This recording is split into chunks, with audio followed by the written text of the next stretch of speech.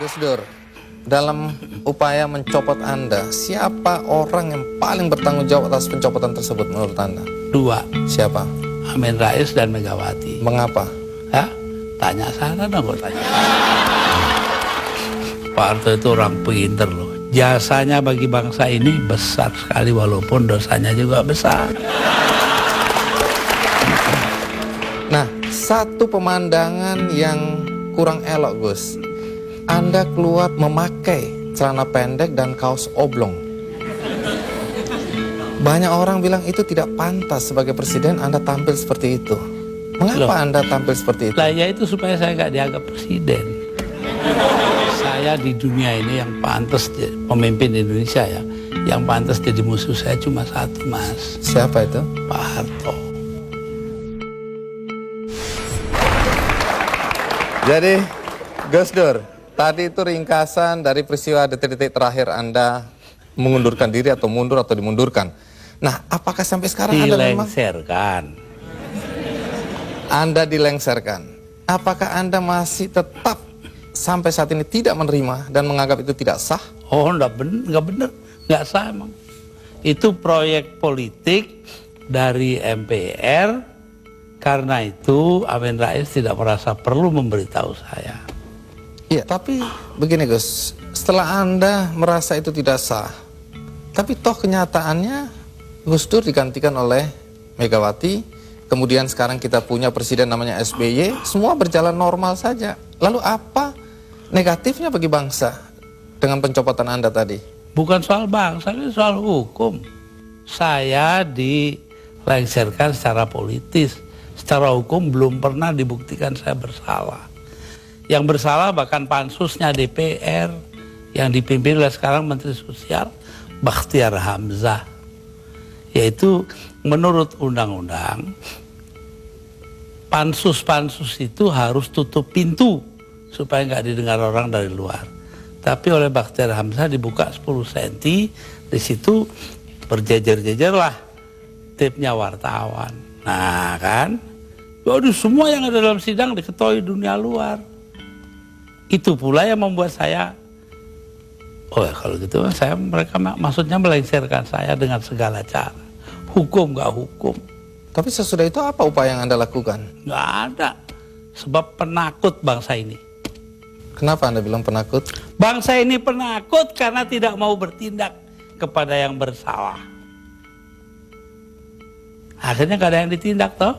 Tapi sekian tahun sudah berlalu Gus, untuk apa rasa penasaran, perasaan? Loh, saya nggak pernah itu terserah bangsa Indonesia. Saya itu memaafkan semua sampai istri saya marah kepada saya karena saya pergi ke rumah Megawati. Tapi kenapa Anda lalu ke Megawati kalau memang Anda marah dan kecewa? Saya nggak marah, yang mestinya marah itu bangsa ini. Mereka diem aja lah, kenapa saya jadi ribut? Saya nggak mau ribut. Baik, Gus Dur. Tapi disuruh memandang itu benar nggak bisa dong. Orang kan ada batasnya. Barang antara benar dan salah. Jadi yang benar dalam hal ini istri saya.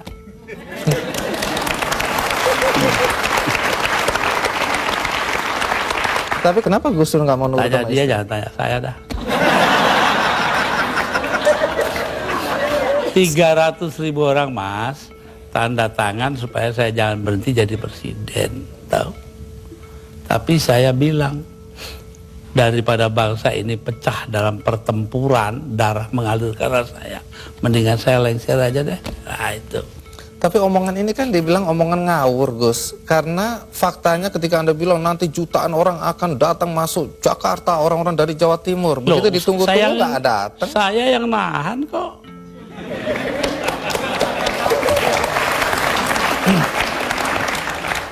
Jadi kalau nggak ditahan sama Gus Dur, datanglah beneran itu ya? Bukan begitu, artinya tetap saja kebenaran kita pertahankan, tapi sikap kita itu jangan sampai bangsa ini perang saudara. Dan itu pengorbanan Anda?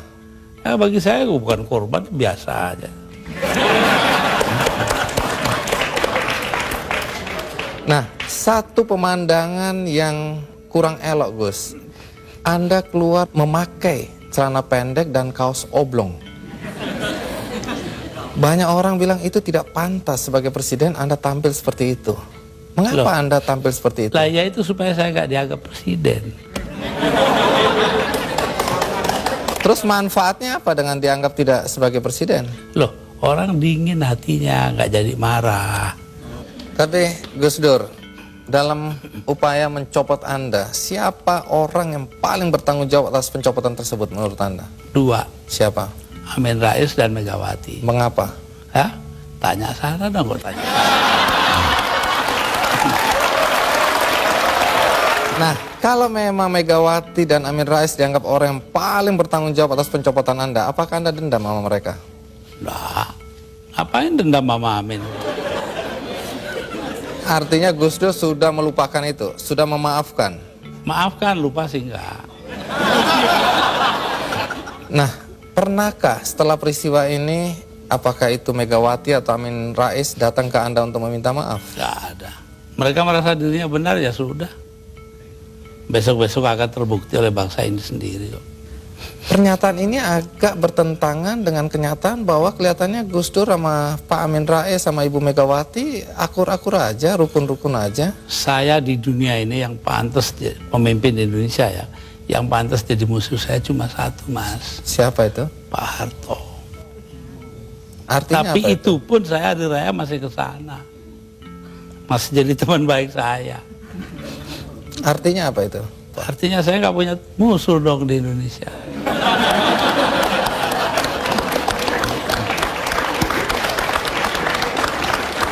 Ada satu hal, kita banyak mendengar bahwa teman-teman dekat Anda dulu menyesalkan kenapa Anda jadi presiden.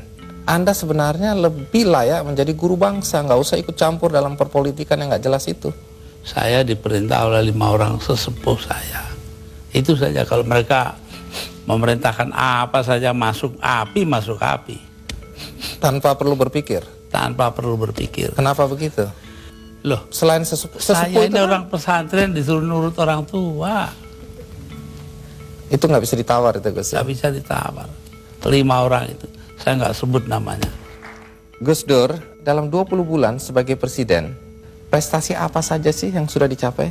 Saya itu menjadi presiden di saat Indonesia menghadapi bahaya akan terurai. Kelompok-kelompok separatis ada di mana-mana. Jadi saya berangkat keliling-keliling dunia itu 80 kali dalam 20 bulan. Jadi 4 kali 1 bulan. Itu tugas saya cuma satu. Apa? Yaitu membuat supaya integritas wilayah Indonesia ini tetap. Itu aja, nggak ada pikiran lain kok saya. Tapi ada yang menuduh. Dan ternyata berhasil toh. Kita tetap satu negara hari ini. Jadi Gus Dur merasa itu karena jasa Gus Dur. Bukan, artinya tugas saya begitu. Perkara saya berjasa itu adalah soal kedua. Tapi ada yang menuduh bahwa Gus Dur ini sebenarnya menggunakan aji mumpung. Mumpung jadi presiden, dibayari negara, keliling jalan-jalan. Alah, nanti sejarah akan membuktikan. Tapi Gus Dur, perjalanan Anda itu menelan biaya sampai 52,7 miliar. Ya, tapi eksistensi Indonesia sebagai satu negara harganya jauh lebih tinggi. Jadi nggak bisa dipersoalkan itu Nggak biaya. bisa dipersoalkan. Loh, kalau enggak kan udah dipakai oleh orang-orang brengsek itu.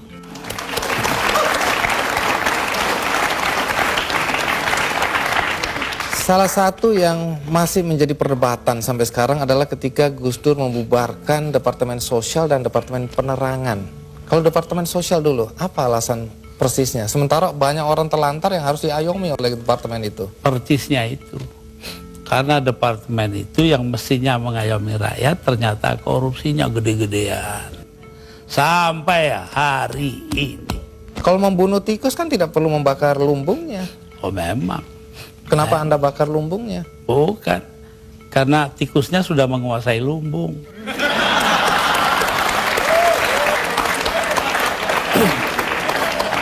Depan dibubarkan. Kalau Depan jelas. Akibatnya sekarang pers itu sangat tidak terkontrol. Begini Bahkan pornografi sekarang merajalela. ya. Ya, betul. Itu dosa Anda loh. Enggak dong. Loh, saya nyiarin. Saya diapa-apakan itu saya bekerja menurut ketentuan Undang-Undang Dasar. Undang-Undang Dasar menjamin kebebasan berpikir. Dan itu hanya mungkin kalau depan nggak ada. Sekarang nggak ada kebebasan berpikir. Tapi kalau kebebasannya seperti sekarang nggak ada yang kontrol, Gus. Loh, Siapa ya aja bisa. kita kontrol nanti dong. Siapa yang mengontrol? Ya antara kita aja. Kenapa sih masyarakat juga penting peranannya kok? Memang hanya pemerintah aja. Baik, Gus. Satu lagi hal yang dicatat ketika Anda menjadi presiden dan agak kontroversial, yaitu masalah PKI. Banyak orang begitu khawatir ketika Anda dulu mencabut TAP MPR nomor 25 MPRS 1966. Sebab bertentangan dengan Undang-Undang Dasar, Mas. Tapi itu ada kesan pembelaan Anda terhadap orang-orang ex-PKI Ya, dan keluarganya. terserah, kesan nggak kesan terserah. Apa alasan Yang Anda? terpenting itu bahwa tugas mengucilkan PKI itu bukan tugas negara. Itu yang penting. Apa artinya pemisahan agama dari negara kalau negara ngurusin segala hal? Padahal yang menentang PKI kan cuma beberapa gelintir orang aja. Jadi Anda tetap merasa bahwa apa yang Anda lakukan mencabut TAP MPR itu benar? Benar karena bersamaan dengan Undang-Undang Dasar gitu loh. Kenapa? Karena memang Undang-Undang Dasarnya begitu, mau diapain? Begitu itu bagaimana? Ya melindungi semua. Ya itu hasil daripada 7 abad lamanya kita berpancasila tanpa nama, yaitu yang dinamakan Bhinneka Tunggal Ika. Berbeda-beda tapi satu tujuan.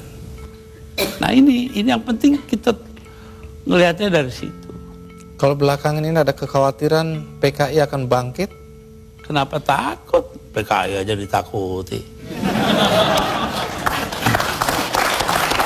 Gus Dur, di antara banyak statement Anda atau pernyataan Anda yang dianggap ngawur, dianggap nyeleneh, ada satu yang dicatat dan dianggap serius, yaitu ketika Anda berada, kalau nggak salah, di Italia, Anda menyatakan bahwa pernah suatu ketika Faisal Tanjung, waktu itu Panglima ABRI, diminta untuk menghabisi Anda.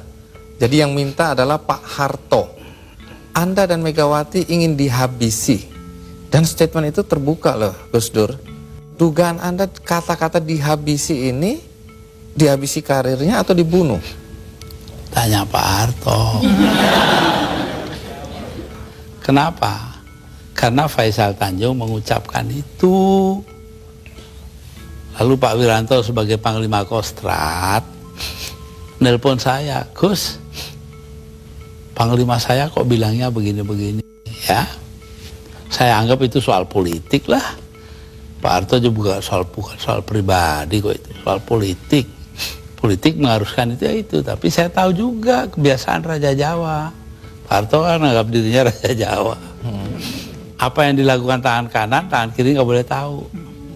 Karena itu saya bilang sama Pak Wiranto, begini Pak Wir, tolong Anda pergi ke Pak Harto, tanya omongannya Faisal Tanjung yang begitu itu betul nggak? Apa jawabnya Pak Harto di Cendana kepada Pak Wiranto?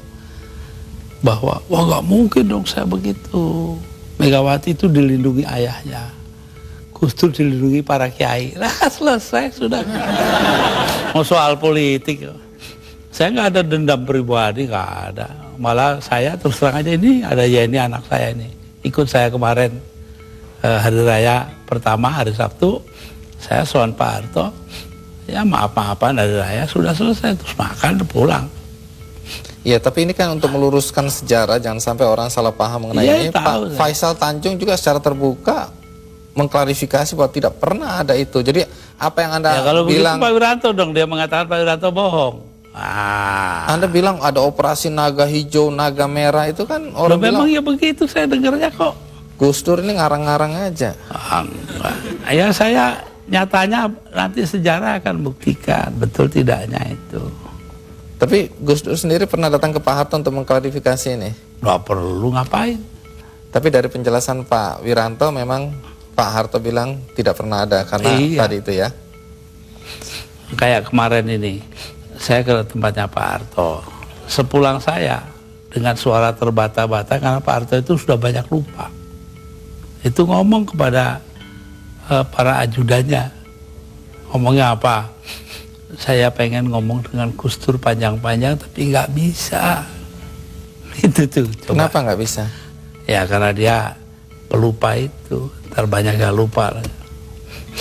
Pak Harto itu orang pinter loh. Jasanya bagi bangsa ini besar sekali walaupun dosanya juga besar. Siapa tokoh yang Anda anggap pantas untuk memimpin bangsa ini ke depan? Lebih dulu tanyalah, apa yang harus diperbuat bangsa kita? Bangsa kita ini paling kaya di dunia, kok jadi paling melarat sekarang?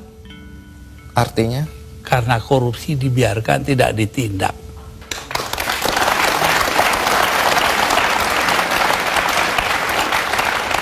Jadi kalau harus menyebut tokoh, Gus Dur bisa nggak menyebut tokoh? Siapa kira-kira yang pantas dari yang ada? Nanti dong, rahasia perusahaan. Baik. Di sini ada Ibu Sinta Nuria, istri dari Gus Dur. Ibu Sinta, pertanyaan penting nih. Kalau Gus Dur mencalonkan diri lagi dan direstui oleh para kiai, apakah Anda mengizinkan? Saya sebagai istrinya, menjadi apapun saya akan tetap mendukung. Karena terpaksa atau karena cinta? Jelas karena cinta dong.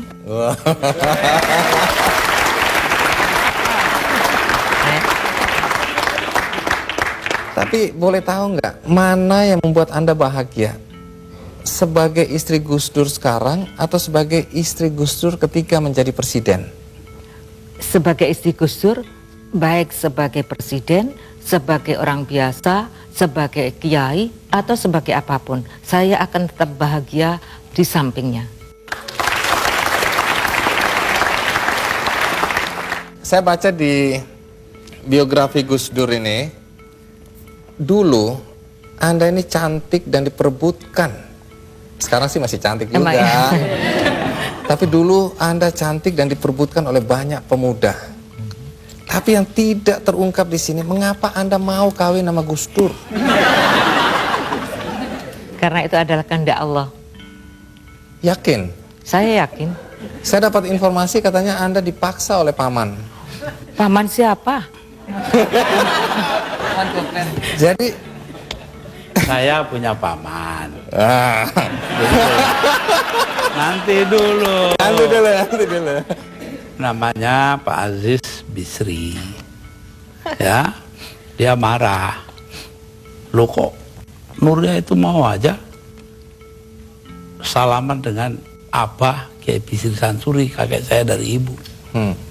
Kenapa? Saya kan juga pengen salaman. Nah, itu paman ngiri. Oh. Ibu Sinta, apa sifat-sifat Gus Dur yang paling menyenangkan buat Anda?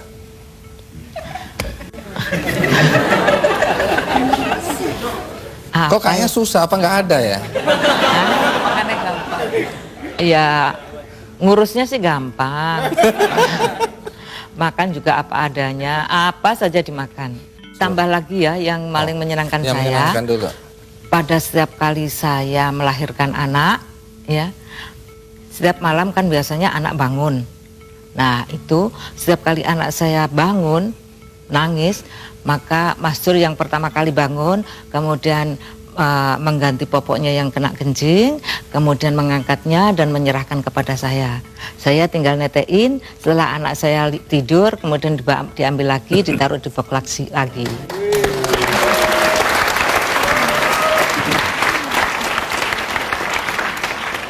Pertanyaannya, kalau yang menjengkelkan, apa sifat-sifat Gus Dur yang menjengkelkan? Yang menjengkelkan ya kalau urusan kesehatan susah sekali diaturnya.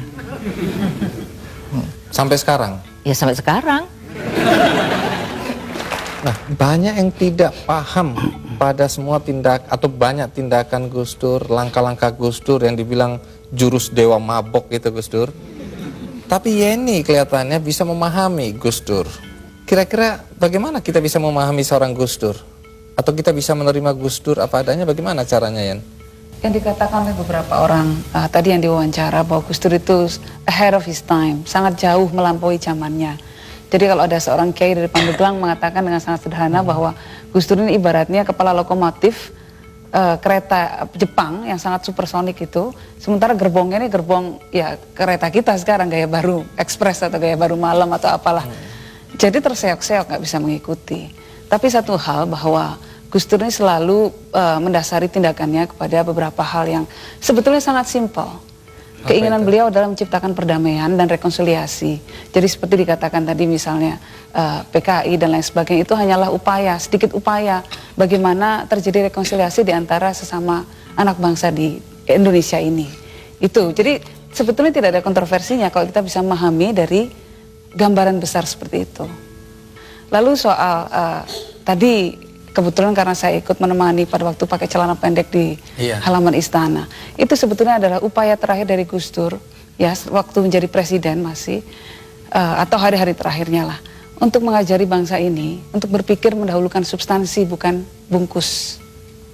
Nah, pada saat Gus Dur rajin mengkritik SBY waktu itu, Anda justru masuk menjadi staf ahli presiden. Ya. Apakah Gus Dur tahu atau Anda diizinkan? Sangat tahu dan saya diizinkan. Ya. Tidak ada masalah, itu urusan dia. Tapi kan ini jadi orang bingung ini lihat, loh itu anaknya Ya biar Gus Dur. bingung.